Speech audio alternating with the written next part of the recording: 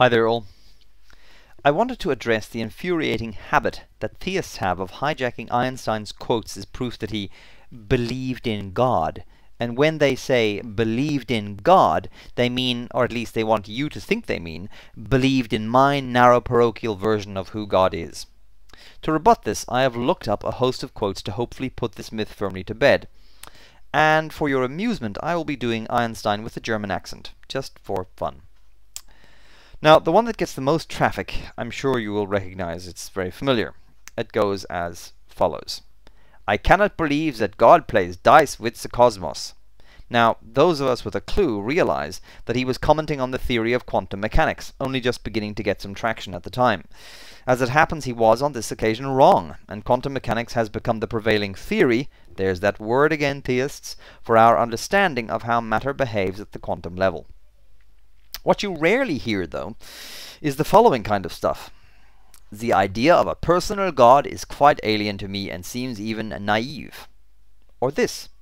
I do not believe in immortality of the individual, and I consider ethics to be an exclusively human concern with no superhuman authority behind it. Or this in a letter during World War I. Why do you write to me, God should punish the English?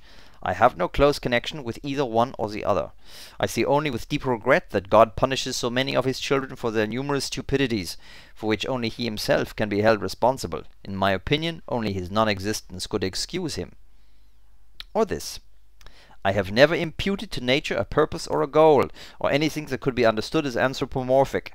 What I see in nature is a magnificent structure that we can comprehend only very imperfectly, and that must fill a thinking person with a feeling of humility. This is a genuinely religious feeling that has nothing to do with mysticism. Or, I cannot accept any concept of God based on the fear of life, or the fear of death, or blind faith. I cannot prove to you that there is no personal God, but if I were to speak of him, I would be a liar. Now, Einstein clearly accepted the possibility of a force of some kind at the root of the universe, but it's a concept of God that you'd be burned at the stake for in 17th century Europe, and beheaded for in modern day, and I use the word modern for its irony value, Afghanistan. It would be welcome indeed if theists took Einstein's occasional comments about a denuded, ephemeral, and almost unrecognizable concept of God to heart, casting aside their own primitive notions and embracing it fully. But no. They treat the works of Einstein with the same selective disdain they treat their own holy books, reading into his out-of-context comments a ringing endorsement of whatever lunacy they happen to be championing. It is the height of absurdity for fundamental theists of all sects, creeds, and cults to quote Einstein in support of their narrow little beliefs, and he would be the first to agree with me if he were here. Luckily, he is. It was, of course, a lie, what you read about my religious convictions. A lie which is being systematically repeated. I do not believe in a personal God, and I have never denied this, but have expressed it clearly. Albert Einstein, March 24th, 1954. Peace. Before I forget, there is a guy called Dendrophilia, a new addition to the YouTube community, the YouTube atheist community, and he is an absolute tour de force. He is witty, creative, challenging, everything.